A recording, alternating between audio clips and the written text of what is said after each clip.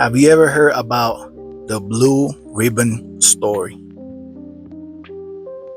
There was this little girl that came home back from school with a blue ribbon that she won at school.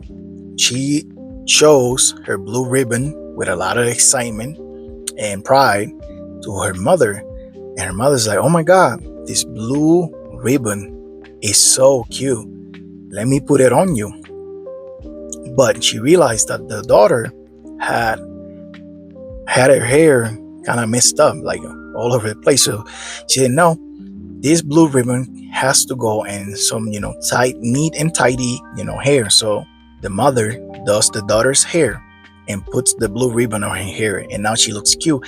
But then she realized that her hair and the blue ribbon did not match her outfit. Like her clothes, she just came from school, she was running around, so her clothes were a little messed up. So the mother decides, okay, we gotta fix it. So all right, she takes her into the bathroom, gives her a bath, comes out all fresh, puts on a really nice outfit, maybe a dress, who knows.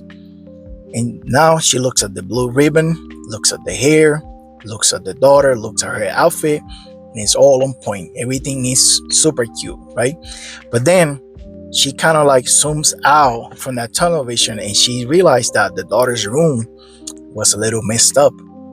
So she starts to clean up the room, put stuff away, maybe sweep and mop a little, I don't know, maybe wipe some of the surfaces, take out trash, whatever, snack wraps, and water bottles from the room. And now the room looks clean.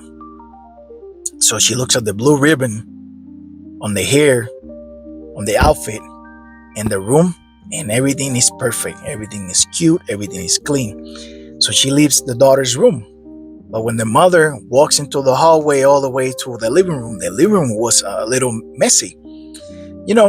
Plates, water bottles, toys laying around. So she's like, no, my daughter's room has to match up the living room as well. We can't have a clean room inside a messy house.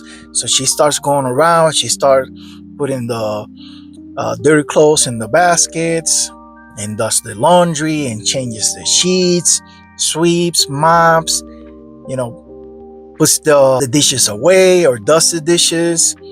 Then she figures out, might as well clean the fridge, and she just throws stuff out, wipes the surfaces. Eventually the house is clean, and then she sees the daughter with the cute blue ribbon on a really nice hairdo, on a really nice outfit, with some really nice shoes, in a really tidy up and clean and organized room, in a really clean, tidy up and organized house. And then she walks by the hallway and she sees herself in the mirror, and now she's a total mess. She's been cleaning, she's been organizing, she's been a busy mommy. So she decides, okay, I can't be looking like this inside this tidy up home. So then she goes, takes a bubble bath or a nice shower, comes out, does her hair, and then she decides that she has to match the look of her daughter's room, of the home. And finally, she puts a nice outfit together.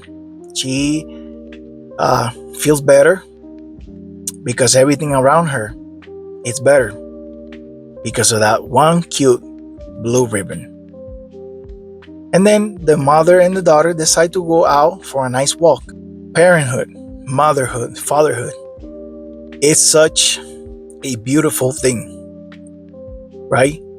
And when I was reading Kelly Thompson's Absolute Wonder Woman, that really hit me, right?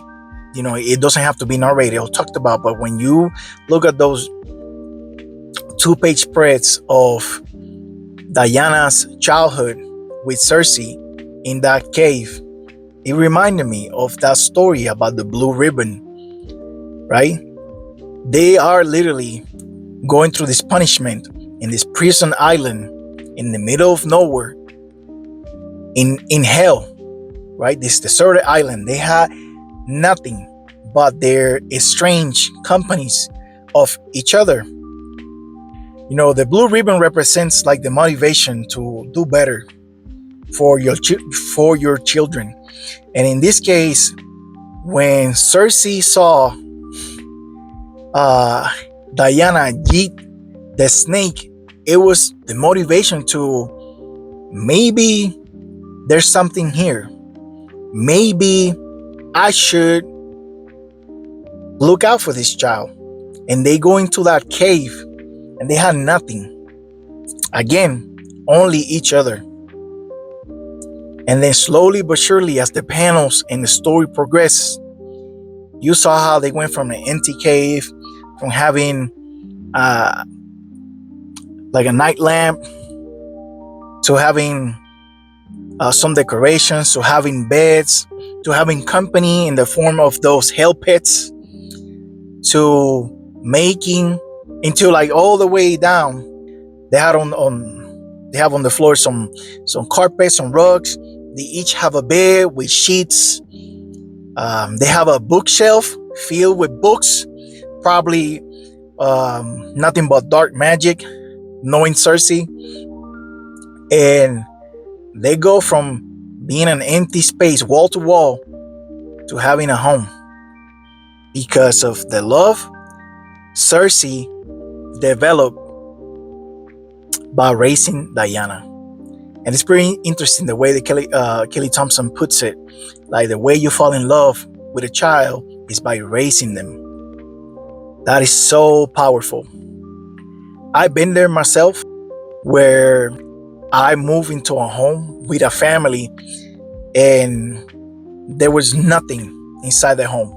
Nothing inside that house. Wall to wall empty. For the first couple of months, it was just my family, a floor rug, and just the walls and us, each other. That's all we had. And I was there again after I divorced my kid's mom. I had to start again. But I was there with my kids, loving them, loving each other, raising them. It didn't matter that I had nothing. I still had my family.